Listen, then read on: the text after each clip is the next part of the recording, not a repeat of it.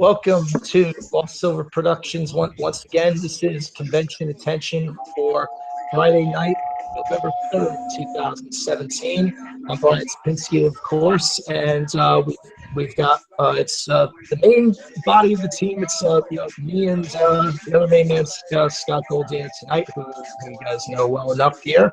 And good evening. out faces, we got a couple. We got one regular and a couple of new faces joining us here tonight. First, even though his face is missing, Chuck Berman is out there down in Texas. Chuck, you holding up okay? What happened down there? The Astros won, man. well, of course, yeah, that's true. I think we're excited about that, however. But no, how come we're not actually seeing you tonight? It's because I'm on my phone. That's why my camera on my phone glitches out a lot. Oh yes, that's right. Yeah, I know we've had issues in the past with that and things, so we'll get all that in place. All right, but still good to have you here, and joining us tonight, a couple of new faces to the bunch here. But me and Scott know them personally from my job up here in Jersey, because one of them was my former student, and the other, her best friend, who also kicks ass. Yes, we have Jade Gomez. Good to see you, Jade. How you doing? You've been busy. I know you've been busy up in the city. Has the commute gotten any better? No, never gets better. Never gets better. I know you've been having the you've been having the worst luck trying to commute on the trains from Jersey to New York. I know that's for the things that we're going to be talking about on the horror subject. That's horror in and of itself. Yeah. Right? I'll contest to that. Yeah. I'll contest to that. Yeah, but what's the longest? What's the longest commute you've ever had, Scott? Yeah, Scott. Let's see. I live in Astoria, so I have a 30-minute commute to Manhattan. She's got you beat by about 4 times. I have a way, guys. I have a way long commute because I'm all the way from Texas. Go Astros! Yeah, but wait a minute. That doesn't compare. How long does it take you to get to work? Anyway, and joining our other good friends here, Cyan Pitts. Good to see you, Cyan. Hi. Yeah. How you doing, Cyan? How you doing? Got the wooing. I'm all right. Don't encourage her. Yeah. How you been holding up, Cyan? It's been a while since we got a chance to speak on the outside. Yeah, I've been pretty all right. Nothing fancy, nothing special. Hello from the outside. You do it for you. You've been okay. All right. Real quick before we get started with the main topic, Scott. I'm gonna dig up this one item here. I'm gonna see if I can get the screen share because just to get one smash or trash item, I was just randomly browsing before we started the show, and I gotta show this because I thought this was just way too good to resist. If you click on my screen, can you see what that's up there in the sky? Meow. Right? Whoa! AMA News Network's page here.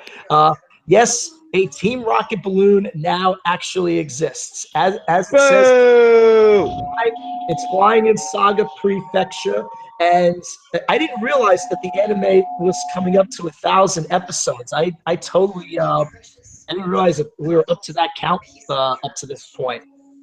But here, wait, you're booing there, Chuck. How come? I don't like Team Rocket. Well, I mean, aside from who it represents, do you at least find it cool that they've actually gone so far as to create such a balloon like that? That's so cool. That's awesome right there. Scott, what do you think with regards to it? I've seen enough of them in the Macy's Day Parade, so no comment. And don't let Pikachu get to this one. Yeah, now wait a minute. Wait, you never see hot air balloons in the Macy's Day Parade, though? No, but we've seen Pikachu way too many times. Yeah, but Yeah. that's like a normal a normal type of float kind of thing or whatever. It's not of this nature. I wonder if there ever actually have been any hot air balloons in the Macy's. I don't think so, but no. No, it's And don't let Team Rocket get to it. Chuck. So anyway, let me see. Yeah, Jade, how's that balloon look to you? You give that a smash or a trash? It doesn't tickle my fancy either way. So Not much of a Pokemon person, huh? I'm not a Pokemon person or a balloon person or any of this really. I don't think Shut up, any of Cyan. us have been in a hot air balloon. That much I know for sure. I'm not sure I want to either. Cyan's the resident nerd of our friend group, so you speak to this. Nerd, See, I nerd, kind of nerd. Go. see. I like it because it's a good piece of promotional. It's a good promotional piece. You know, they have their rocket. I mean, not the But if rocket. it's that, their it's hot-air that high balloon. up in the air, you can't really see it, can you, Cyan?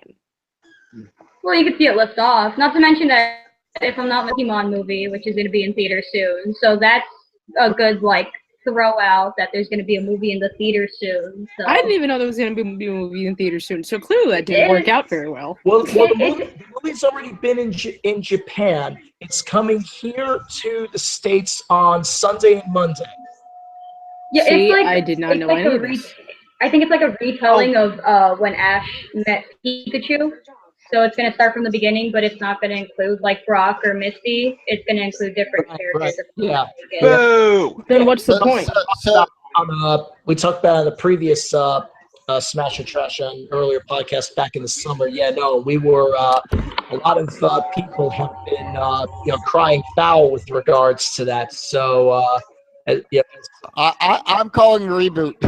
yeah. Well, you're okay because you've always told me you were never a Misty fan much in the first place. Hey, Brian, I'm calling delete. Delete. Oh, stop it. Here we go with the wrestling business again. Come on, we already got hit with a strike on that. So Either that is referring to that one character you have to delete from Doki Doki Literature Club. I'll tell you what it means later, Scott. Remember, you're not the wrestling. You're not the wrestling. We'll tell you later what it means. We'll explain it to you after. All right. So anyway, so let's get into the actual topic for tonight. And yes, Scott, this was your selection, being that this is Halloween week. Even though, yes, I know we're a couple of days late. This is Halloween. But, This is Halloween. But you especially wanted to go with the horror genre because this is really this is your thing, especially out of all of us in the group. First, let me just ask you this: what is it about the genre in general? What is it that draws you to it so much? Let's just get that out of the way first. Well, in video games, more like the aspect of, I would have to say more of like the aspect of the story behind it. But it's all all the horror movies and Hang on, we'll get to you. and stuff that I like can be contributed to one movie. Psycho. Oh, okay. So you take that love of the oldie with the Hitchcock and it's just find a way to transfer to everything else, is it? Yes. Well, for me, it's Silent Hill, Resident Evil. Okay, so I see you're both kind of really in the game category in a sense. Yeah, we'll get to some clips within those in just a second. So Jay, let me ask you, what is it for you? You told me when I was asking you around before the show if you were into the genre. You were like, hell yeah. So I mean, what's the big thing in it for you? I get scared really easily, but it's like one of those things where, like, for example, like if you eat like hot food, for example, and then it hurts, but you keep doing it anyways. So that's kind of the thing with like horror movies. I know I'm like scared shitless, but I do it anyways. So I think that's it. It's just I don't know. I just like torturing myself. What about horror games like Five Nights at Freddy's? We're getting to that, Chuck. Don't worry. We got a good lineup of choices. Hold on, Chuck. We're gonna Just stay Sorry. strapped in, buddy. Sorry, Miss Jade. Sorry, Miss Jade. Yeah, you learned that he likes to chime in a lot there. All right. Yeah. And what makes it work? Sorry, for you Miss Jade. in general. Wait, say that one more time. No, I'm going to Cyan. Oh, go on, Oh, what Sienna. did you say? No, just what in general, what draws you into the horror genre as a whole? She hates horror movies. I don't hate horror movies. I get amusement out of them because I don't exactly other people like a lot of people get scared with horror movies. I tend to laugh at them. When I was a lot younger, I was into like Silent Hill, Resident Evil, the movie franchises, not necessarily the games. I will agree. The movie franchise for Resident Evil was good. And then I think the game is better.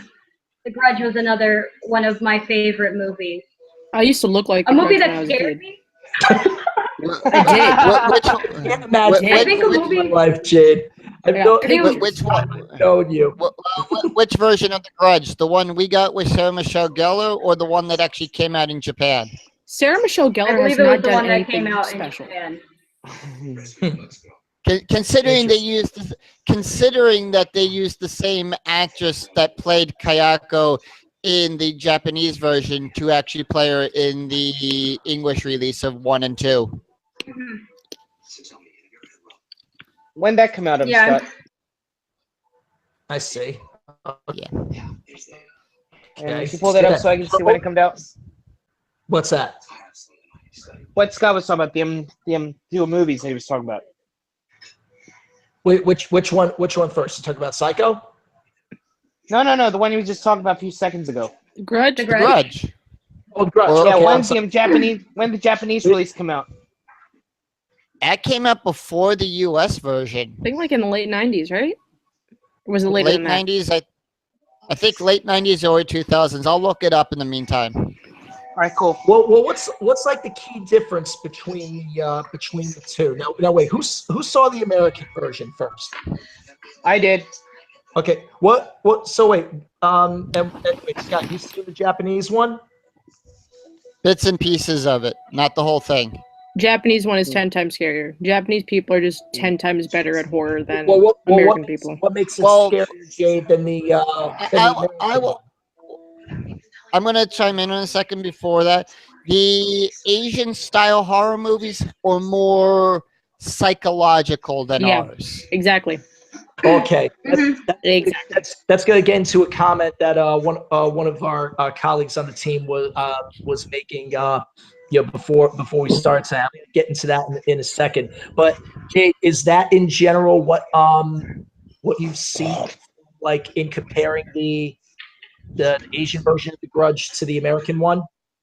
Yeah, exactly. Because like I feel like with American horror movies and like the West in general, like they market mainly like the jump scares and all that stuff, and I feel like Japanese people have been able to create that atmosphere differently with fear without like having to resort to like stupid like jump scares and stuff, which is one thing that is a reason why like I feel like horror movies have declined in quality in America over the past couple years, aside from which is why like I appreciate like older horror films. Like my favorite movie of all time is The Thing by John Carpenter and stuff, because like the atmosphere, it's my favorite movie because like it focuses on more of the psychological aspect and realizes it doesn't have to try to put everything in your face all at once, which I think because like it's easy, it's marketable, it's bankable after like the Scream franchise and like all that other stuff. They realize like people are going to come if we just like make them crap their pants every 2 seconds. Not just that, but I have a and I've seen all 4 of the Screams myself, so I'm aware of that. But like, give me an example, Jade. Like, in terms of like, is there like, give me an example of like a similar scene from the American Grudge versus the Japanese, and just to like make the comparison, like how we handled like one particular type of scene versus how they handled the same scene. I feel like, because I haven't seen it in a long time, so What about if I may chime in here to ask that? Go ahead, Scott. I'm more of the movie buff as well too. I guess the scene where she's at the end of the movie where she's coming down the steps. oh yeah, I Yeah. feel like the American Walk me through just the scene because I didn't personally see the Grinch. Like, give me the like set the scene for me. What is it that happens? I'll leave that to Jade to see if she. 'Cause You it's brought it been a up. while. True, but it's been a while since I've seen the movie, so I'm not sure if Jade's able to explain the scene. I can't Yeah, put it up on screen, but you're gonna make me look after the show now, aren't you? yeah. We're not gonna spoil it. Just like what they said with the Psycho back in the '60s. We're not gonna spoil it. You have to see it for yourself. Well, I think another good scary horror film would be Scary Movie. What's that? Oh, please. That's more of a parody. That's the worst thing. All right, to get not just just some people already called the Scream movies a parody of the it was horror. very self aware after the first one. Well, I think that's another problem because Well, they tend to and, not there are just rules to survive a horror movie, and you're talking about it in a horror movie. It's just, I mean, it's like That's like Wes Craven's New Nightmare. I'm trying to remember that one. That sounds familiar, but I can't place it. That was the I think the very last Freddy movie that Wes Craven did before he passed away. Yeah, that's right. They brought Freddy back, the one time. Yeah. So yeah, now that's interesting. Yeah, because now Jade, you were talking about the jump scares, and Cyan, you were even saying that made it the jump scare constantly made it more comical for you and stuff like that. But do you feel at all? And I'll ask you this first, Cyan. Do you feel that in spite of American movies doing, relying on that, more than the actual psychological and stuff like that, do you feel as though there have been like any like major American horror movie characters that really, in spite of that, jump scare portrayal, really did, give that psychological vibe, at least, tried to come off the page a bit? I think so. I'm gonna use Five Nights at Freddy's because it's not a movie, but it is a game series that's very popular. Everybody knows it.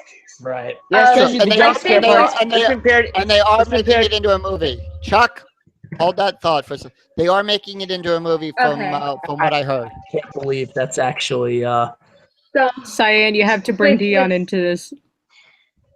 well, with Five Nights at Freddy's, I feel like it would have been a lot scarier if they did sort of add like a psychological effect, because I think that where the psychology comes in with the Five Nights at Freddy's game is that you know it's going to come up to your door and it's going to scare you and it's going to jump at you if you don't press the door at the exact time. However, I think that they could get some good game value out of that because the characters do look very creepy. I think that what they could do is sort of have it where the characters just kind of sit there.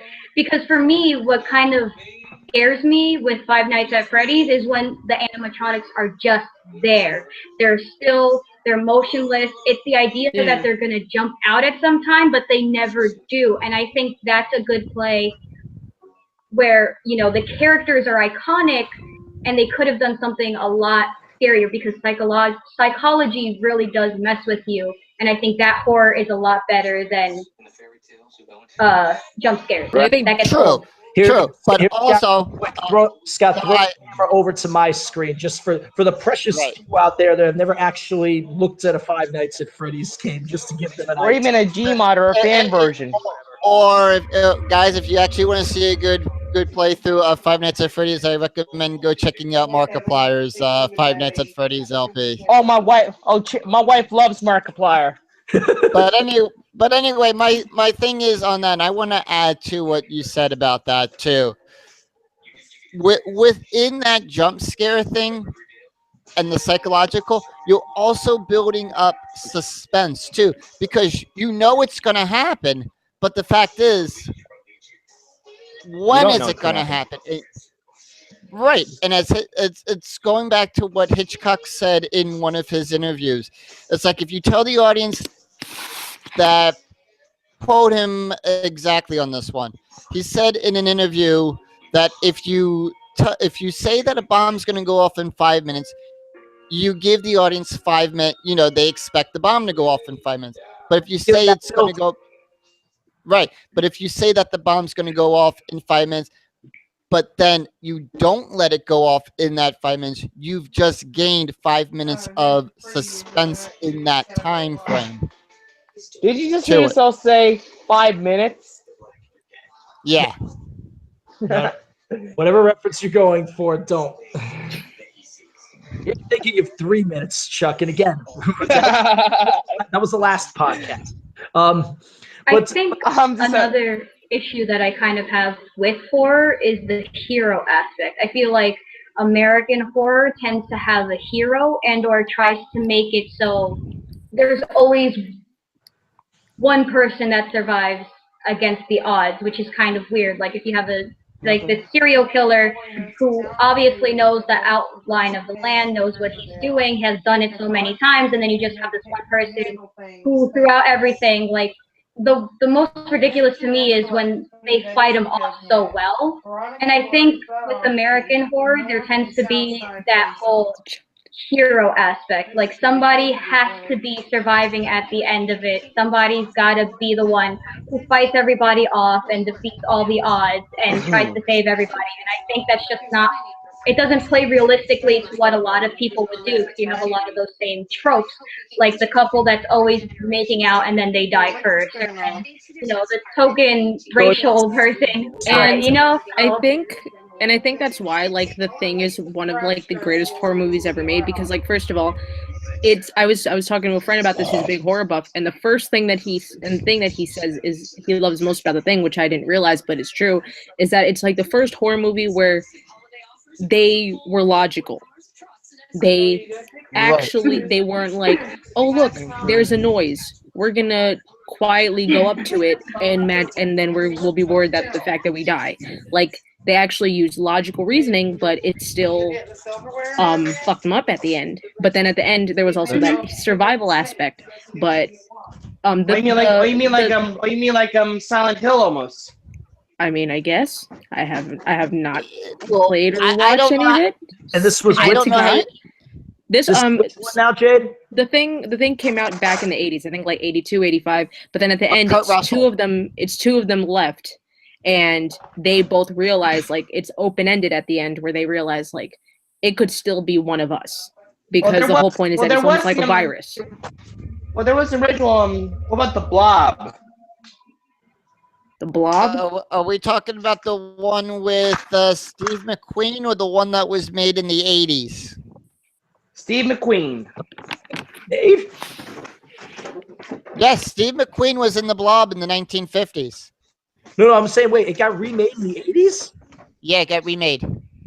Who had the right mind to remake that one? Technology advanced so they could make the Blob more... Oh, good lord. What about Little Shop of Horrors?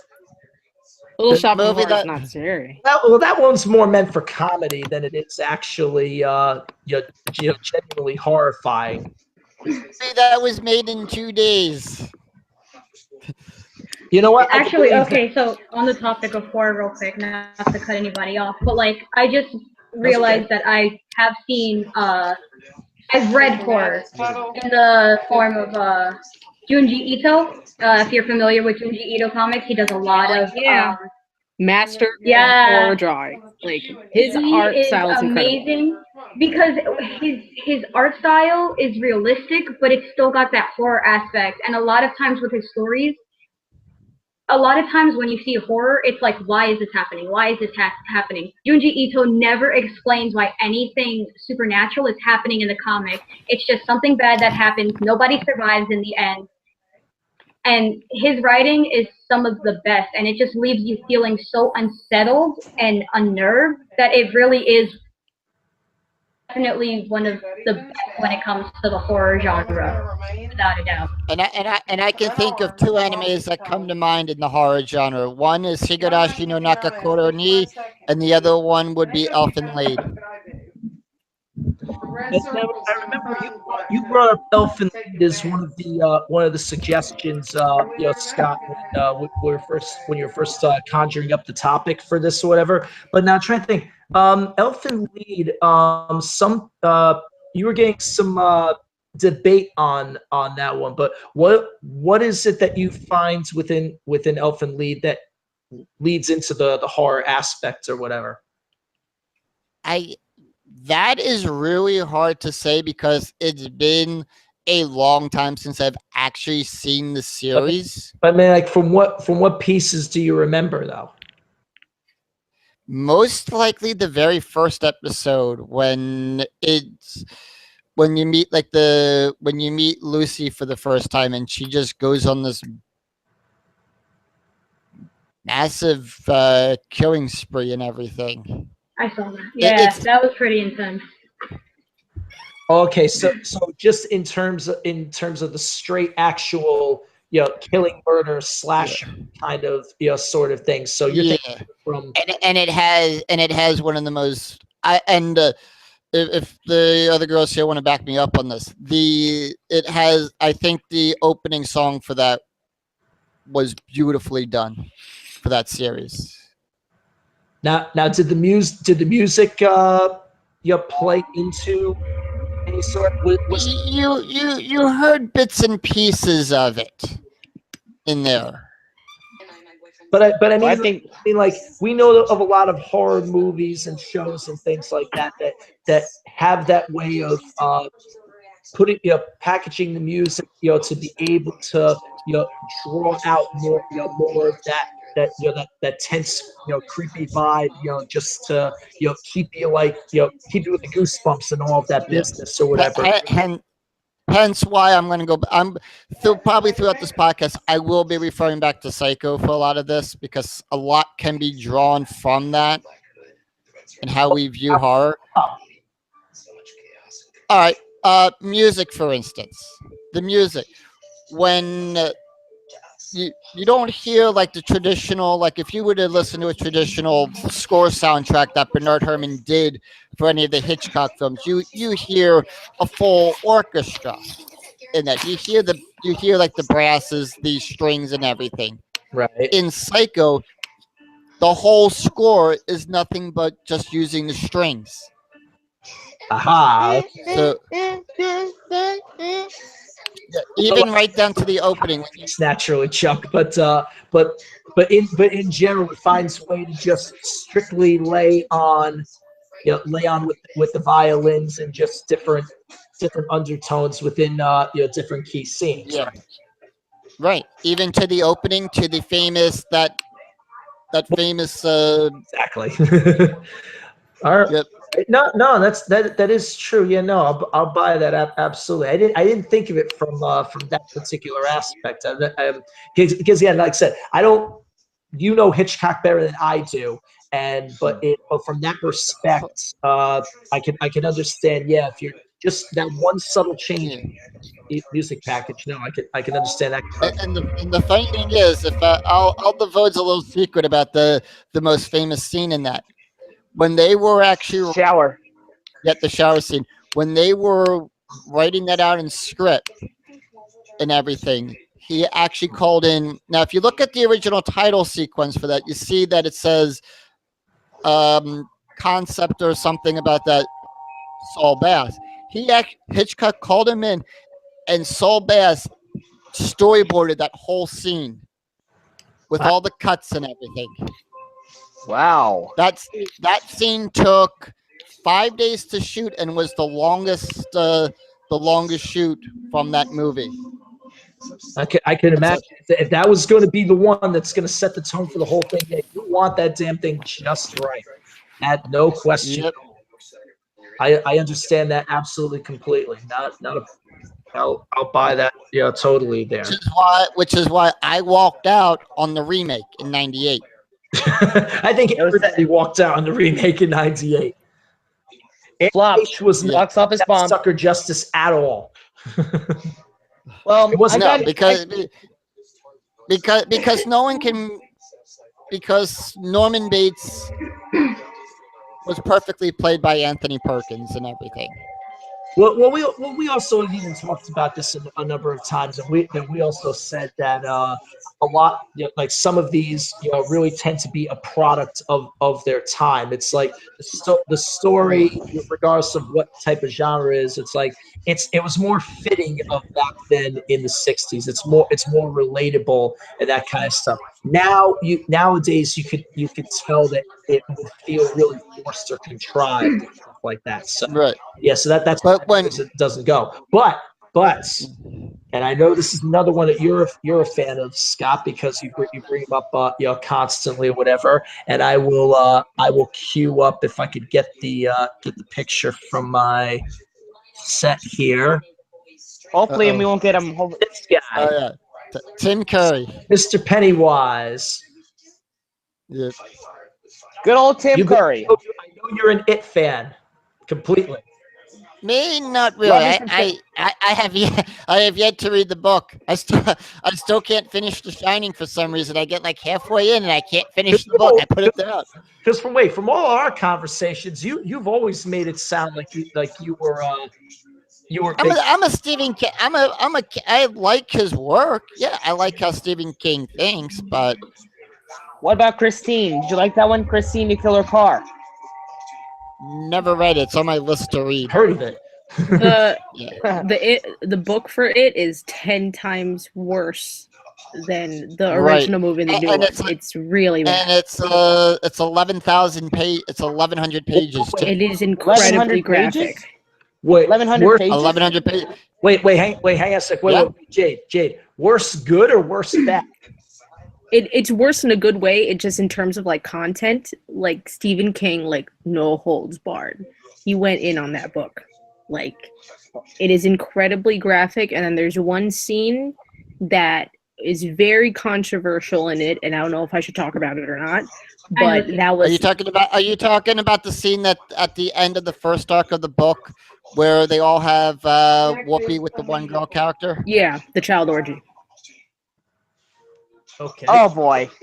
Yeah, because Yeah. a lot of themes in Stephen King's a lot of themes in Stephen King's books deal with like the transition from boyhood into adulthood, and in this case, that was the bridge to adulthood. The gangbang. All And right. the- Number of pages in it 1,138. 1,138. Dang. I have. I think that's I barely. that's more. Is, I can't is it remember. more than Go ahead. Infinite Jest? Booking- Probably, or same. I think it's more than the sixth book in Harry Potter. That's My wife crazy. loves Harry Potter. That's it. But Yeah. in general though, but Jade, that so like I said, you're saying that the book did so much better and things like that. As far as the two movie translations though, because I mean, there's been a big enough following for both of them. Obviously, the remake that just came out earlier this summer, played to huge audiences, and a lot of people really seem to have enjoyed it. But did either of the two movies, which one would you say? Yeah, like the original one in the 80s or the one that just came out now. Which one seemed to more close? Brian, the miniseries came out in the 90s on ABC. Oh yeah, there was a miniseries too. I didn't bother with that one. The one with Tim Curry, the Pennywise. But That one was the miniseries. But I think in terms, if you're talking about like which one was more faithful to the book, I think because of the thing that I feel like with the book and all the themes that it explored, it would be not only difficult but also like controversial and time consuming to try and translate everything. So it was just a matter of picking and choosing and trying to still keep the story as faithful as it could. And I feel like both of them kept it pretty faithful, and like Stephen King himself has like come out and said like it's both of them did the book justice, even though it had to omit some parts, like as I just said, for obvious reasons. But I think they both did a good job. I feel like the one made the first one that was made definitely was better psychologically. I feel like, especially like looking back on it, some of the horror and stuff in it left a lot to be desired, and I'm a fan of like 80s practical effects and all that stuff. But yeah. But in terms of like, Who has that howling? Who has that howling in the back? Who has that howling in the back? It's very creepy. I'm dead silent here. Everybody's asleep upstairs. James, Yes, and that's probably coming from your end, Chuck. That's all. No, it's always not. We know that by now. sounds like Chuck. Yeah. But and then the new one, the new one does a much. You're not here on a regular basis with us when we do these podcasts.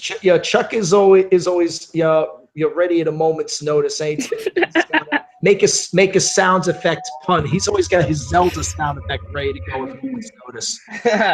But My phone's completely muted It's tonight. likely coming from him. Yeah. but then the newer It, which I just recently saw, which I thought was like incredible, did a much better job in terms of like actually making Pennywise scary in like a modern sense. Like compared to like the Tim Curry one, like that one is tame compared to like the newer one they did because of obviously like technology and all that stuff. But I think it did a much better job. But then at the same time, it kept more of like the heart that is in the original book that I think is an underlying theme in a lot of King's novels, that I think that it translated much better with the young cast and all that stuff. Jay, Tim- question for you on that one. Tim, I think this is part one of a 4-part movie that they're doing with it. what Is it parts of 4 parts already? Because I know that the second one was already announced. Yeah, I think it's going to the future because Pennywise comes back every 27 years. Scott, I got a question about that. What's 4 parts like that translated into the book? It's 4 parts. I don't know. I haven't read the book, but I can look it up and give you an answer later on about it. All right, cool. Gotcha. That seems scary enough, though. Come back with every But generation. yeah, Now, let me ask you this, Jade, because this part of what you were saying with that in the current one, it Pennywise is made to seem more scary and stuff like that. And this goes back to something that we've been kind of touching upon in the conversation throughout, because one of our teammates, Maureen Liddell, who couldn't join us tonight, she was talking about. I was asking her with regards to like, what's the difference between true horror and something that's just scary? And she was echoing what a lot of you have been saying during the course of this. The idea that whereas scary is just there's to stress you out or make you fearful because of jump scares or whatever. Horror stresses you out psychologically. You think about uncomfortable matters or situationally exposing things that human are uncomfortable. Yeah, and Brian, I can jump in on that with one of my favorite video games. Oh wait, well the question I want to ask you is, right? Do you feel that Pennywise in the current version of it was able to accomplish that?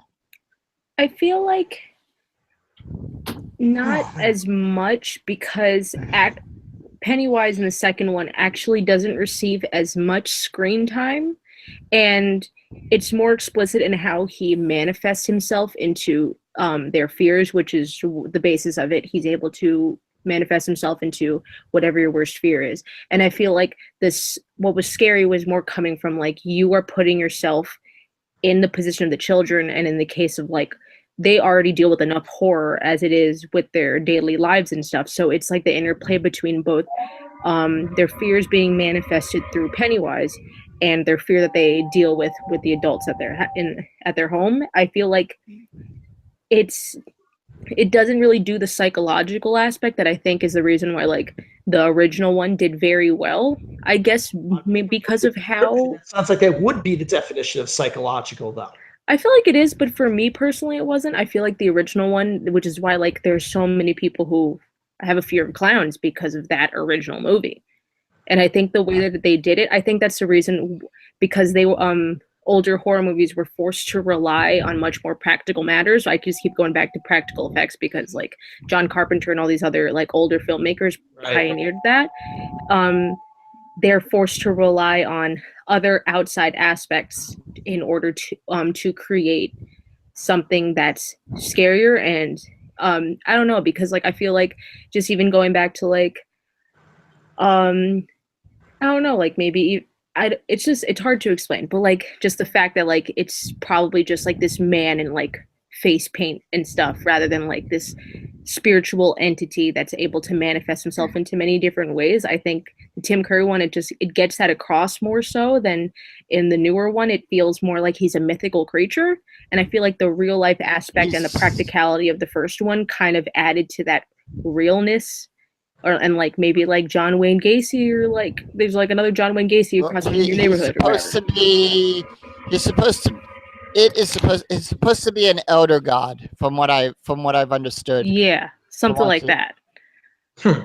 Okay. Yeah, That's pretty something cool. out of HP, something out of Lovecraftian. Yeah. I want to put. I kind of want to pipe in real quick because I think also. I know we're gonna try. I felt bad. We were trying to get you in there. Go ahead. We love you, Cyan. Because unfortunately I haven't seen either It movies, but She's I'm kind of coming going based off of Something for you coming up in a minute. I'm going based off of kind of an outsider perspective as someone who isn't familiar. And I think what ended up sort of ruining the scary factor of the possible scary factor of Pennywise was not just the commercials that revealed what he looked like, but also what people tend to do is parody everything. Yeah. And so when you see that parody and you haven't seen the movie yet, yeah, like the Cookie Monster one, like the Ronald McDonald one. Exactly. So when you start parodying it, you kind of now associate that thing with the parody, and you're like, this isn't as scary as it could be. This isn't as scary as it shouldn't be, because now our culture is more online based and it's very big into. And the next thing you know, there's a meme of it. Which is exactly why I think like the dancing Pennywise. Which is why I think like if you think about like in terms of like think about it like the past 10, 15 years, we haven't had a revival of that one scary character that was so prominent in like the 80s and the 90s, like Jason. You had Michael Myers, you had Pennywise, you had Scream, you had all that stuff. Now they're Jack Torrance from The Shining. Exactly. Like you didn't have these Christine the Killer Car. Christine the Killer Car, but they were now they realize like it's not able to stick in such a way, because now it's like art in a sense is much more permanent now and is able to transcend for longer than it should. Like thinking about just like in terms of like Blair Witch and like how revolutionary it was at the time it was released, because there was not much for it to be circulated. There was not much of a space for it to be circulated around, and they were able to still concentrate on these little horror forms and all that stuff. So, and then you think about it now, like you have to create like some like Babadook, for example, or like It Follows, or like more of these abstract characters, or like these one-off movies and stuff, because of the culture that we have created, in which people realize that these characters will not be able to survive in the intent they were initially supposed to be created for as horror, because it would just be beaten to death, basically. Gotcha. Which is why a lot of them has taken such like a campy turn, like with Scream Queens, like when MTV revived the Scream for like 5-10 episodes and stuff like that. Right. I want to jump in here for a second also. Then I think it was either, I know it was one of the online sites, or I'm not sure what, or it was one of the cable channels. They also did a prequel series to Psycho called Bates Motel. Oh, that did really well. I think it's still going on. I think it ended. Yeah, I don't think that was just like, wasn't that just like in like a mini series? No, I thought that lasted at least like a minute. Cases. Here, I'll double check. I'm looking it up right now. Okay, so what about my Super Psycho Sweet 16? When was that? I like those movies, like the sort of like more like teen driven movies, like and all like the tropes is like the young teenage girl sees a ghost in her closet or something like that. Yeah, I've got it here too, Scott. Yeah, Bates Motel just wrapped up in April after 5 seasons. Yeah. I think they realized which would now. Yeah, which now would coincide with the 1960 Hitchcock movie, and right. Exactly. The movie is completely different than the book. Wow. The movie is that one. That's no surprise. Yeah, we always know what that goes. No, wait. Well, Now, Chuck, let me wait. ask you something real quick. Well, Just wait. I'll throw this in here since we're talking about that. The famous scene, the shower scene. It's more gruesome in the book. Chuck, cut it out. Sorry. She not only gets stabbed. She not only gets stabbed, but she also gets decapitated in the shower in that scene too. oh, so we oh wow, even more fun images. Loud. Yeah. Yeah. No, that definitely would not have translated on screen. No, and Hitchcock did not. And Hitchcock actually read the book. He said, "You know what? We're just going to use the characters." And he. I get you. Right. Yeah, he worked his movie magic. Of course, exactly. All right. Now, Chuck. Let me ask you something. Something you said a couple of minutes ago, where we were talking about the whole thing with what Cyan was talking about with Pennywise and the parody and stuff like that. You reacted to that very closely or whatever. What was an example of like what were you thinking of in terms of parody with relation to Pennywise? I think I heard you say Ronald McDonald or something. Yeah, there's Ronald McDonald, the Cat in the Hat one. I've seen those all on YouTube. Wait, Cat in the Hat? How did Cat in the Hat get Pennywise? I don't know. I was looking at stuff on YouTube. It was like, it parodies like Cat in the Hat, like because Cat in the Hat had the knife. Remember when the Mike Myers version? Oh, okay. Yeah. All right. Yeah. Now I see it in my head. No, I can picture that. Yeah. No, that's a freaky one in and of itself. That's right. And hence why we don't. What's your favorite scary movie? Showgirls. Absolutely frightening. I put it in that category. That's crazy there. But, yeah. But if we want to get into pure horror or pure psychological horror about feeling in that closed space, look no further than the Fatal Frame series. Fatal Frame is a good game. I was going to get into the game aspect in just a minute there. But as far as recently in the last couple of years, and I'm just segueing off your Bates Motel thing or whatever, because that's not the only series that has been in recent years on TV, whether it be on regular TV, Netflix or whatever case is, that's been playing a lot on the horror genre and things like that. And one of the ones that's really attracting people, we got to talk about because it's big and current.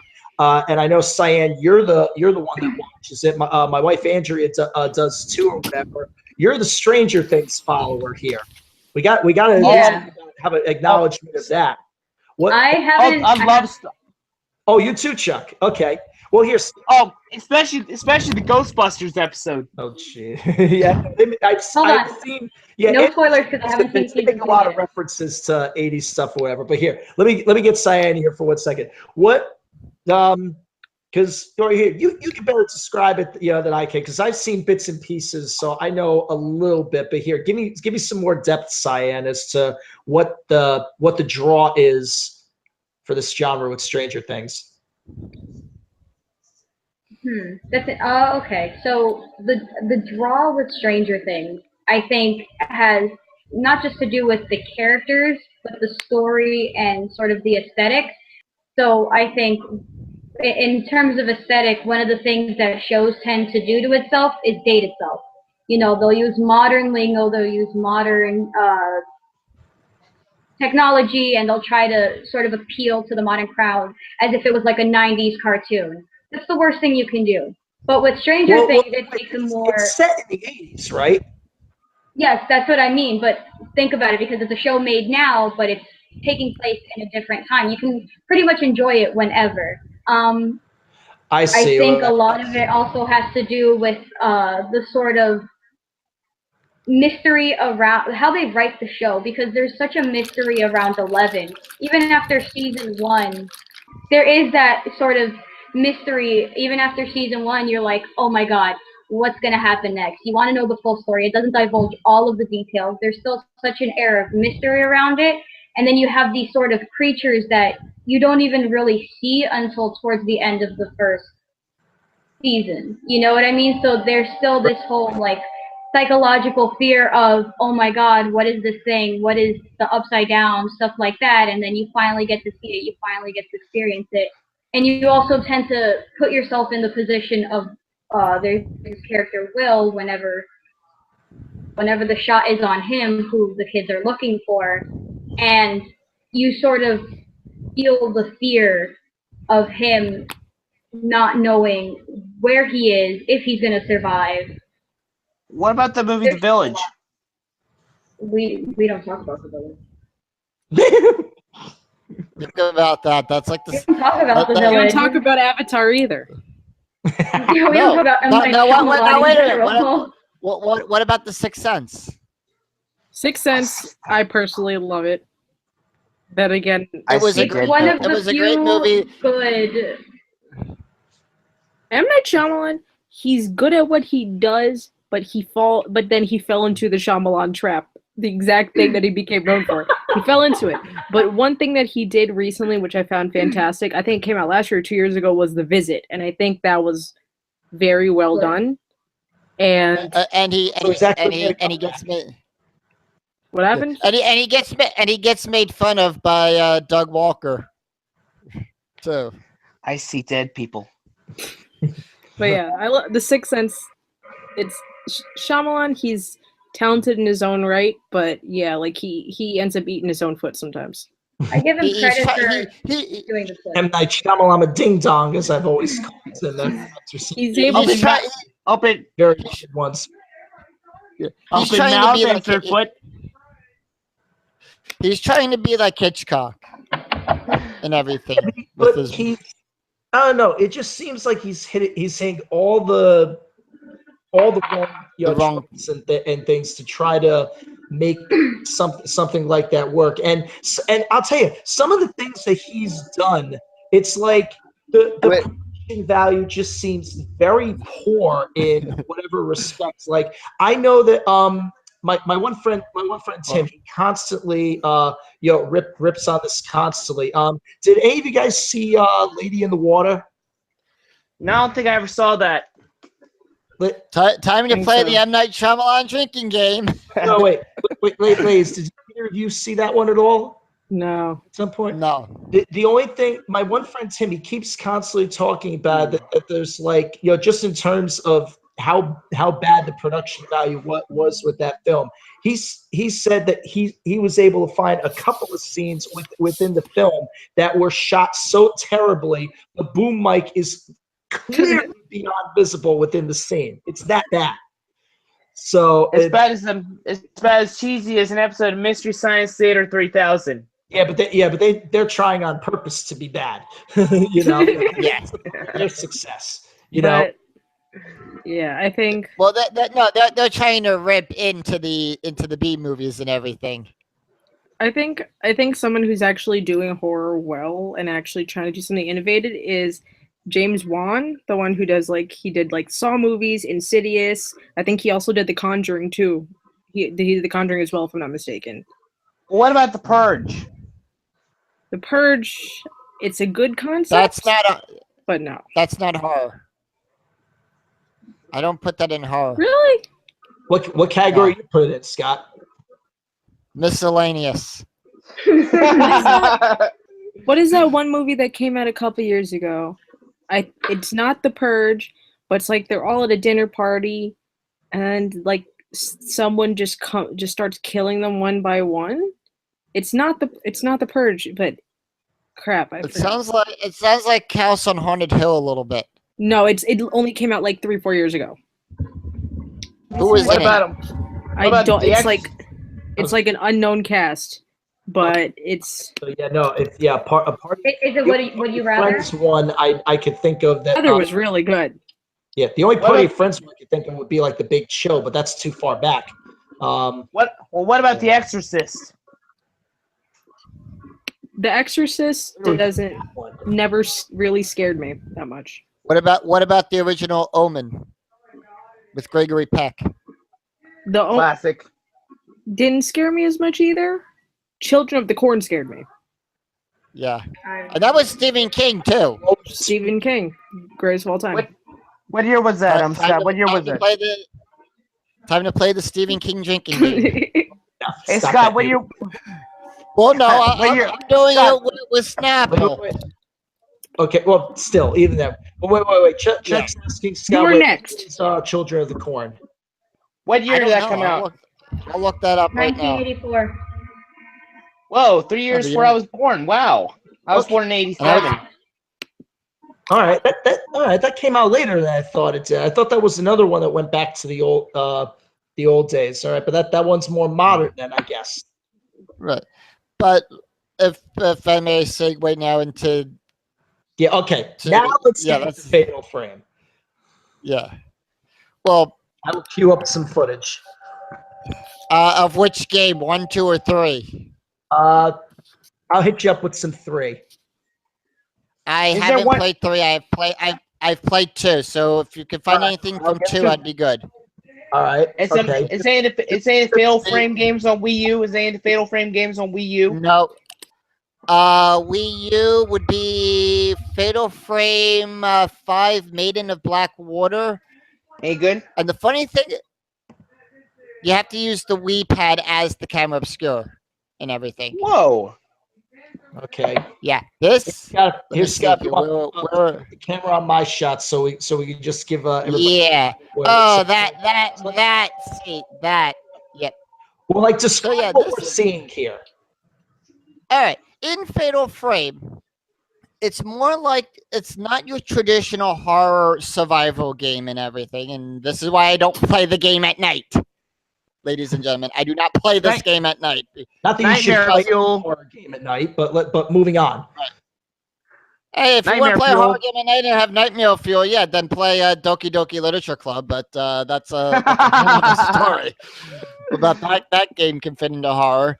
But within the Fatal Frame series, all the main characters are female Right. in this case. Yeah. So the first one you had Miku, not Miku Vocaloid. There's Not It Hatsune could be. Miku. yeah, not Vocaloid Miku. I'll refer to that because the main character in Fatal Frame 1 was named Miku. And that one, you were thrown into a haunted house. Now, from what I was told, the house that was used in Fatal Frame 1 actually exists somewhere in Japan. I've tried Google searching for it and I can't find it, but I've heard that it does exist. Now, the Shinto ritual that was used in Fatal Frame 1 as the basis of the story is an actual ritual to that game with that. And what temple was that? What temple is that? It's not a temple, it was actually a house. And I'm not going into that because I don't want to spoil the game. If you want to check it out, Chuck, go look it up. Now, the footage we're seeing here, this is from the Xbox version. I've played the PlayStation 1 version of it. So I'm just looking for whatever, just to draw a reference. Yeah. But Now- what is it that's actually taking place here? all right, within this game, within 2, because this is chapter 3 of the game that you've queued up. Right. And in this part in the game, you're actually looking for your twin sister. In 2, it had I the whole see. theme of twins. 3 had a convoluted storyline that actually tied 1 and 2 together. So that's why I consider the first 3 games to be the major Fatal Frame arc. All the Gotcha. But- characters. When we see things here, like when she's actually using the camera and trying to snap pictures of the ghosts. Now, what does that accomplish within the game? That is how you fight off the hostile ghosts and everything. You Wow, use your that's pretty cool. camera. Yeah, you use your camera to fight off the ghosts in Like the this proton game. pack, like the proton pack in Ghostbusters. But your weapon, if you look in the top right corner of that, your film is your ammo in this game. The higher grade of film, the more damage that it does to the ghosts and everything. So, And that little and now ultimately, is there a way to actually kill them off then, or? Yeah, once you deplete their life for once their little energy bar at the top is depleted, they are gone. Now a similar type of ghost may come back, but the one that you actually defeat will be gone, and you get points for that. So your points in Fatal Frame go to powering up your camera, to making it stronger and everything. What's the maximum level? What's the maximum 3. level of the camera? 3. Three for each feature. Oh, cool. Okay, there are several features that the camera can employ. Yes. Um. Your main 3 just deal with your focusing, the ring. So if you saw like how when she was fighting, how that ring kept glowing up and everything, Okay. it goes to increasing that. You can zoom. There's different features with that. Later on in the game, you get a feature that allows you to equip 3 different lenses. I see. What we're seeing here is a cutscene and everything, and But ultimately, as you said, the like in this one in Fatal Frame 2, the ultimate goal is that she's trying to find the ghost of her twin. no, the storyline behind it is it has the theme of twins. Her twin sister's not dead Oh, I see. yet, not yet, because in the Fatal Frame series, your normal ending is never the happy ending. You have to play the game Games. through hard and nightmare mode to actually get the happy ending and everything. What year did that one come out? I'll look that up now. But yeah, in this game, there is no soundtrack to that. You don't hear music and everything. There is no soundtrack to this game. Only the ambient noise of the location. Now that's interesting. Wow. Interesting of that respect. Like, let me see. Like, I know. Yeah, you were talking about like the music within Psycho and stuff like that. But yeah, and how the change in that added to the drama, whatever.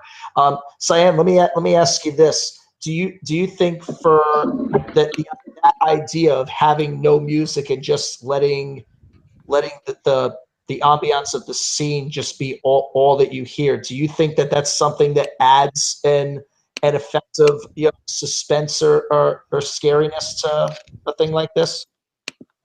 Yes and no. So, like, for example, the ambient sound is always good, especially when you're doing something creepy, horror-filled, especially since VR is starting to get very popular. Something they can utilize is ambient sound for horror. I think that avoiding music in that kind of a Like in scare movies, the scariest part is not because like music is there as a guide. Music is there to simulate these frequencies that will already normally alarm you, which is why like fire alarms and the EAS sound tests scare you. And then especially like John Carpenter's work focuses a lot on frequencies. Right. But then I want to jump in here and say something with this. Even when I originally played the game and I beat it like 3 times playing it through normal mode. And I've had friends to contest that I've beaten it, and I've beaten the game. It took me about 6 hours to beat, and 6 hours and everything. It's about a 6-hour game if you want to get everything, but there's a lot of other stuff once you beat the game that gets unlocked. And I can contest, there are some parts in that game that had me on edge when I had to fight those ghosts. That it had me on edge because I didn't want to have to. I knew what was coming, and I knew of the fight scene coming up. It's just going through it and doing it. And when I originally played it, I wasn't taught. I was alone playing that game for the first time and everything. Oops. No. I got to a point, I had a friend come over, someone knocked on the door, and I jumped. I was like, I believe that. I believe that. But there's a part in the game, because your camera and your torch is so important in the Fatal Frame series, and especially in 2. In that game, where for part of chapter 7, you actually drop that. You have no camera, you have no torch. That screen, now in that cutscene there, you saw how that screen was all grimy, black and white. Oh, you mean like one of those old black and white silent movies? Right. In Fatal Frame, when your screen goes black and white, KO. If you were touched by any ghost that is a hostile ghost, it's an instant game over. Not even the Phoenix down in that game, which is a stone mirror. That is an instant death, and you have to replay that whole entire scene. Are you serious? I am serious. In chapter 7, that part kept me so. That one section of the game kept me so intense, because not only do you have your main ghost Sai coming after you and everything, not only do you not have your camera and your torch, and not only is the screen in black and white, but you also have to do puzzles in that too. You have to solve puzzles, those puzzles in the game and everything to that. So not only on top of doing, going back to getting the camera, going through these 2 twin houses, getting that camera, trying to avoid being touched by Sai, solving the puzzles and everything. You in those, when you get into those houses, you become disoriented a little bit, trying to figure your way out, because those houses are set up like a maze and everything. It looked enough like a maze as we were looking at it. Exactly. Yeah. Yeah. Now, but one thing that, go ahead, Brian. Okay. Now from that respect, though, I'll say this for the record, because again, And I just want to add one other with thing. Maureen before the show on the outside.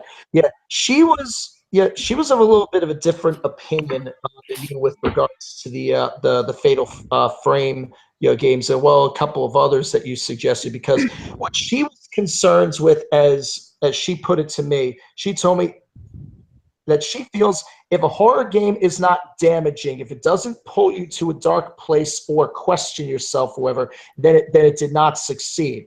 But no, I'll rebuttal that. With Fatal Frame, it did the exact opposite. It made me more want to know more about the world that they created. It made me want to know more about these characters and everything. Like, did it make you smash your controller a few times? No.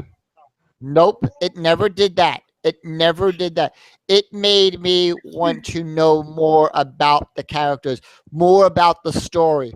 It made me want to go out and do research and everything about these things. It made me want to look into, did these things actually, were these real Shinto rituals? It made me want to go investigate that and everything. It had the exact opposite effect of what she was saying. You mean like ghost hunting? Right. It made me want to go and learn more about the characters, the series and everything. And through all that, all the characters in all the Fatal Frame games are related to everyone. They're all related. I found family trees of the characters that people have made, and it shows that are related to everyone. Have measurement tests on those? No, I didn't. How can I do that in a video game, Chuck? I'm talking IRL, I mean. No. Crazy. Well, all right, because then here's the rebuttal then, Scott. Because here's one again. If you flip the camera back to me just for a second, so we could see it. One of the ones that Maureen was suggesting here, as you're true with that. She suggested Outlast. she particularly liked the theme and the atmosphere and stuff like that, and especially the villain as you see him here with the who's here, what's the name, Eddie Gluskin, the character here, whatever.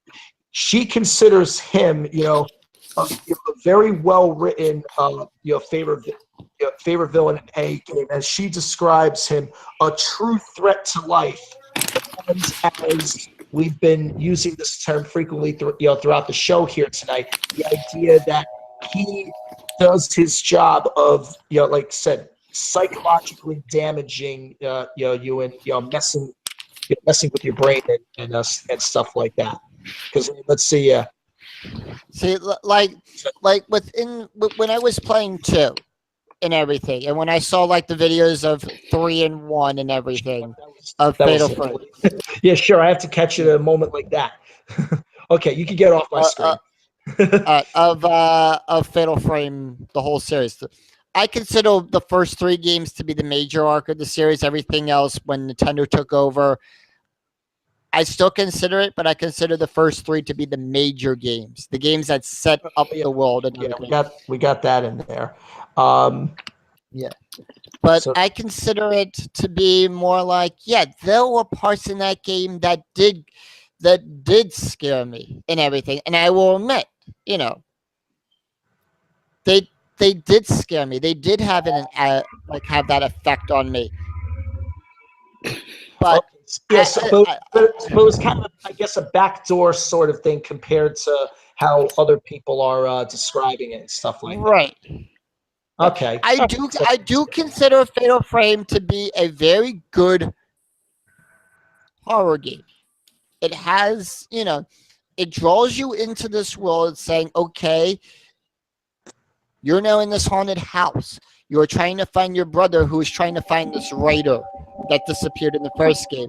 And while you're doing that, you're uncovering a mystery of that and everything. Because now you're finding out stuff that happened not only to the writer, to your brother and everything, but you're finding out what happened in the past, what caused the house to be haunted and everything. Gotcha. Okay. All right, here. Let's put some other things in there. I don't want to give away the whole store there, whatever the case. I mean, I don't want to give away the plot line to all the Fatal Frame games, but I will say this: when you play the games and you beat them on normal mode, the normal mode 2 is what fuels 3 and everything. Right. So, but if you go through and beat Fatal Frame on hard or nightmare mode, as they consider the very hard mode, then you get like the different endings to the game. In 2, no, I'll say this for the record, because I know 2's been out and yeah. So in 2, the way that ends is you have to actually perform the ritual. The sister that you play as actually has to kill off her twin sister. Whoa! I see. So in 2, you actually had to get out of the village. You had to strangle your sister and everything to get out. Okay. Throw into the now. All right. Well, here, Scott. I'll tell you what, because we want to move this along. We got the idea here. We'll talk for another 3 hours. No. I got it right here too, and I know. All right. Let's let me finish. Let me finish with this. Wait. We gotta move on here because we've only got a few more minutes here, so we gotta keep this moving here. So but just to get some of the other games that have been referenced here throughout within the show. Let me see. Clock Tower. See, Jaden Cyan, you were mentioning before among the other games for record. You both mentioned Silent Hill, correct? Yeah. I have never. I mentioned Silent Hill as well. That was Chuck. That was all Chuck. I never watched it. Call me Big C. It's Big C for short. We'll call you Chuck, buddy. I'm Well, sorry. I'm sorry, Miss Jade. I'm sorry, Jade. Save the big Z. God damn it. What, I'm sorry, Jade. I'm sorry. well, let me see. What was there in there? Because I'm looking at Silent Hill is actually based off of Sequoia, Pennsylvania, with the coal fire. That's cool. Well, what was there? What Yeah. was Chuck? What was there in Silent Hill for you that draws it into the horror aspect? Because like we're looking at a piece of it here, or at least trying to. I think we're in a scene. It's Silent Hill 2. On the first one, it gets really spooky near the beginning of the game. Well, what makes it so? The fog. What defines the fall? You gotta give me more than that. The fog. think When he's you're in- doing, you don't know where you're going. You're just walking around a big circle. Fog, he said, not Oh, fall. fog. I thought you said fall. Okay, I lost track of you there. Whatever. Now who's this guy? It looks like me on a Friday night. Oh, gee. Oh, it looks like it's a male version of Elsa. I can see that. No comment. Or it could be. I would be very scared if that was where we found a male Elsa, whatever the case is. Or No, it could be But then again, Silent Hill did give us one of the most iconic horror game video characters, Pyramid Head. What's his name? Pyramid Head. Pyramid Head. I gotta look up this. I gotta There's look actually up in this. the there's a really Do good it. cosplay that somebody did, and I think they were on an island and it was dark and there was fog, and he did his Pyramid Head cosplay, and he was just kind of standing out in the middle of the night in that cosplay, and it was very eerie, very creepy, very Yeah. good. I But think Silent I've Hill seen is- that. This is What? him here. Yep, What that's about, Pyramid Head. What about Don't Cry? Have heard of the game Don't Cry Jennifer? Heard of that game? AKA Nah, I wouldn't Corpse sound- Blood. I've heard of Corpse Blood. Heard of that game? No. I'm looking at this Pyramid Head guy or whatever. Seriously, just in looking at him, it looks like he's just got the biggest hat in the entire world just like stuck to his head here. Or it looks That's like this basically what giant. it is. Or it looks trying like the $500 space on. Or it looks like the giant space on the pyramid. Chuck. That's No that's game. not a circle I want to climb, not in the least. I think with Silent Hill, 'cause my father was unable to finish the game. I didn't play it myself, but I did watch him, and he couldn't even finish the game. That's how horrifying it was for him. And I think it has a lot to do with not just the uncanniness of all of the horror characters that are in Silent Hill, but also just the atmosphere. It's a good game that plays with sound and color and mood and lighting to really psychologically mess with you, as well as just with all of the characters, like visually, Right. sort of. Plays with them horrify into- you. And that can go for the same for Fatal Frame too. Here we With come that. back again. What about Clock Tower? What about Clock Tower? Another great game. Anyone other? I haven't played it, but Wait, it's which one did on my Chuck say? Clock Tower. Clock Tower. Okay. I think we got that one. With the other most famous video game character, Scissor Man. Yeah. My Scissor- one of my rivals plays Which game is Scissor Man? Clock Tower, but he's in all of them. This is Clock Tower. Yeah, Yeah, Scissor one of Man's my in Clock rivals- Tower.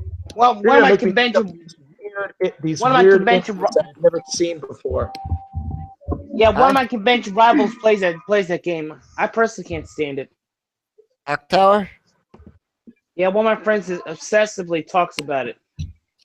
Because it's such a good game, but we've never seen another Clock Tower game since Clock Tower 3. Yeah, I have to agree with you on that. and everything. Now, what is this? Oh, whoa! What is this image you sent me, Cyan, here? That's the guy doing the cosplay of Pyramid Head. Oh, jeez. Oh, wow. Okay, let me see. Here, wait. Here. I'm gonna see if I can blow. While we're on the subject of cosplay, I'm gonna see I if I can found blow on the internet Here, Scott, train the camera on me one second or whatever, because I want that's already on you. that we can see us. I'm gonna try to hold this up to the camera, see if I can do this justice, because it's a far away shot. Let me see. Can you guys see that? Well, that's good. Oh, that is beautiful. That is beautiful. It's amazing. That is pretty impressive. I'll give it that. Absolutely. Holy cuss, that is awesome. Like, imagine just being in your like apartment or house, and you look out the window, and that guy just happens to be there with a camera guy. Like, you don't know what to think of something like that. If Like, the oh Burger boy. King man was outside of my window, I would be freaked out. Or Here's or another- If the worse. raccoon wait. was outside of your house, Jade, you'd be. If anybody was outside of my house. I got one. Well, wait.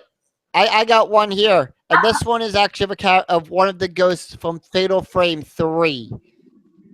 Show it on mine. So, and this was very well done. Well, If you can see that. This way. Let me see. Wait. One of the ghosts in the game of Fatal Frame 3. Oh, okay. Well, that's cool. All right. No, that was pretty good too. There. Yeah. Yeah. They basically. Talking about scary things or whatever. I'm trying to look at a scene within the clock tower game, and it just you guys Jade and Cyan, you're saying about seeing this guy outside your window at night or whatever. Just looking at a guy walking around just holding a pair of scissors that are as big as him. Yeah, I mean, seriously. As I look at this little clip here of Clock Tower, I'm just watching on my own mirror. Which one? 3?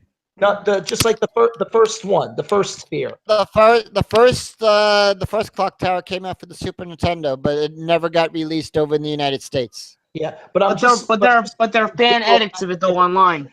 The guy, he looks like a stump pretty much, but it's like the scissors that he's holding are literally over his head. It's like if he stood It's actually there is. It's actually based. That's freaky. Brad. That's actually based off of a legend from somewhere, from a story. What story is that? But the guy with the biggest Weird ass. I don't remember. I got news for you. Yeah. What's you got? Thank you. Goes in tight. I'm actually going to look that up right now while we got 6 minutes to go. Well, I'll tell you what. While you're looking it up, and let's see if we can try to close thought on this, and we'll kind of take this around, because we've seen with a lot of the different shows and movies and games and stuff like that have existed up until now. We've seen how horror has evolved in this country over the years, but now the question is like, where does the genre go from here in general? What does the genre really have to do to take that next step and really drive its point home to American audiences? And here, Jade, I'll start with you. What do you think, Jade, that has to be really horror's next big move? I think we need to focus on more character driven things, whether it either make it more character driven or completely detach it from such. Like, think about like a lot of found footage horror films, like the reason why Paranormal Activity did so well was because of how detached you were to a certain extent from it. So I think like either you have create a connection with the characters so that you are able to feel their fear, or have a lack thereof so you don't even know what's going on. And I think focusing on the psychological aspect for a more lasting experience, as opposed to just like cheap jump scares here and there, which I think a lot of horror films fall victim to as a result of just trying to market to the biggest profit, which is teenagers and stuff like that. And yeah, I think those are just really the two big things, but I think a lot of other people have been able to master, and also like just like focusing on the effects and practical effects and realizing that less is more in most cases. I gotcha. Okay. Chuck, how about you? What do you see as the next big thing? I'm gonna have to agree with Jade, and I'm plus gonna add my own 2 cents. Storyline. Yeah. Well, what does the story really need to have in your eyes, Chuck? Well, it has to be more horror based driven. Well, We don't see too many good horror. But like, what's going to make it horror based driven? Is the question. More blood, more gore. I could get behind that. That's it. That seems fair enough. I like gore movies, so yeah. Gotcha. All right, Cyan, what do you think? Because and this, I'm especially interested in your answer because of the fact that you're saying that like I said, that horror doesn't grab you with the way it is in this country versus anything else. So what do you think it has to do to make to grab you and make you a believer in it? I think it needs to do a couple of things. One, they need to stop with the sequels and the prequels and just constantly building off of a franchise that has successfully worked. Electric That's one of the Boogaloo. biggest problems. You know, like Yeah. Nice. because they see a lot of times Hollywood tends to see something that works and then they'll do it again and again and again, and they won't actually branch and try something new until somebody gets tired of it and they're like, you know what, I'm gonna do what I want to do, and that doesn't usually happen. Marvel Another falls thing is trap they with need that. to Yeah, my friend. Another thing is like the Saw movies do that. He said like the first couple were really good, but then like by the time we got to 4 and 5, it was just like, oh, what, we're doing this again. Also another thing that we need to get rid of is the main character has to survive trope. I'm tired of it. I'm tired that somebody has to survive, plus the love interest a lot of times. A horror film, and I know there are some out there, but it's not a saturation, or it doesn't happen very often where everybody dies. Or, Or there's the dog stays long-lasting alive and everybody effects. dies. Yeah. Or the black person is actually alive.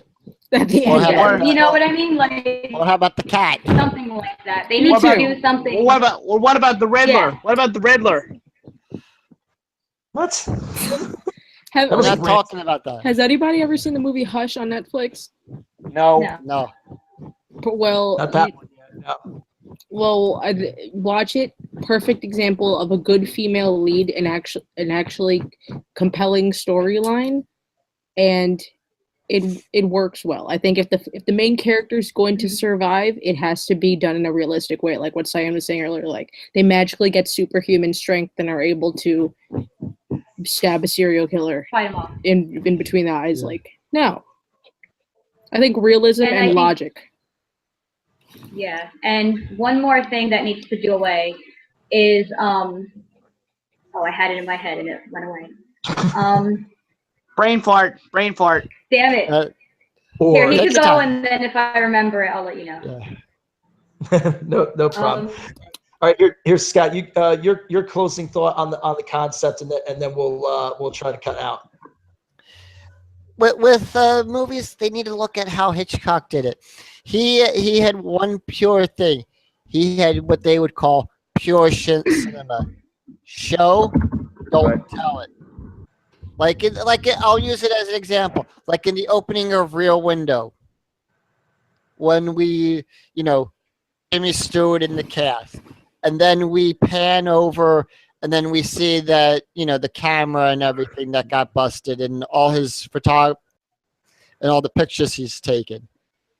So, Or like in The Birds with Alfred The Hitchcock. scene set that mood in you and tell. yeah. And you don't even need dialogue for it. You need dialogue. Or like in Alfred Hitchcock's. Or like The Birds. Sorry. You don't need dialogue to push the story along. Right. That's what we're saying here. Yeah. Because he worked before sound came along. He worked in silent movies, so he knew how to do all that. use the setting and the scenes to make the story happen. The dialogue is there, yes, but you don't necessarily need the dialogue to push the story along. Yeah. Show, Yeah. don't explain it. Yeah. And everything. Let the show do the telling. Exactly. All right. Well, Yeah. well, we can hope that for those of you out there that are fans of horror, we hope that that's what the future holds, and hope that you live to see. Speaking of the future, we got to cut out of here because our future is running to its own time here. So I thank you guys for jumping in here and coming in here. Jade Cyan, great to have you here tonight. Come visit us again sometime. If you ever have an episode about It's Always Sunny in Philadelphia, Sure, no problem. I'm your girl. No, yeah, I think we'll probably get some. I think we got one on Metroid coming up in for one topic. I think we have that penciled in. Well, I don't think we decided what our season finale is gonna be in 4 weeks from now. We'll figure that out. What that's gonna be on December 1st. We'll try. Are we ever gonna do a Legend of Zelda one? Yeah. Someday, I imagine so. Eventually, they're all gonna get their turn. And Do an stuff Animal like that. Crossing one. I'm also your girl for that. You think I'm What joking? about what about Mario Brothers? Okay, well, all right, well, hold on. We can Yeah, well- suggest and wax all day. Maybe you folks out there want side. You want Suggest something, folks. let us know in the comments below and tell us what you think. In the meantime, though, we got to cut out of here. Don't forget, you guys in the New York area, come see us at Anime NYC in 2 weeks on November 18th and 19th at the Jacob Javits Center. We're going to be there doing our game show Mega Mix shows. So we hope to see you out there. And for more fun here on Lost and Silver Productions, you know the deal with like, sharing, subscribing, and all that business here. Facebook, Twitter at Game Show Mega Mix, and all the business. For now, we're really running overtime. We gotta cut out. My name is Brian Sapinski, and for the gang here with Lost and Silver, we will see you soon. Take care. Good evening.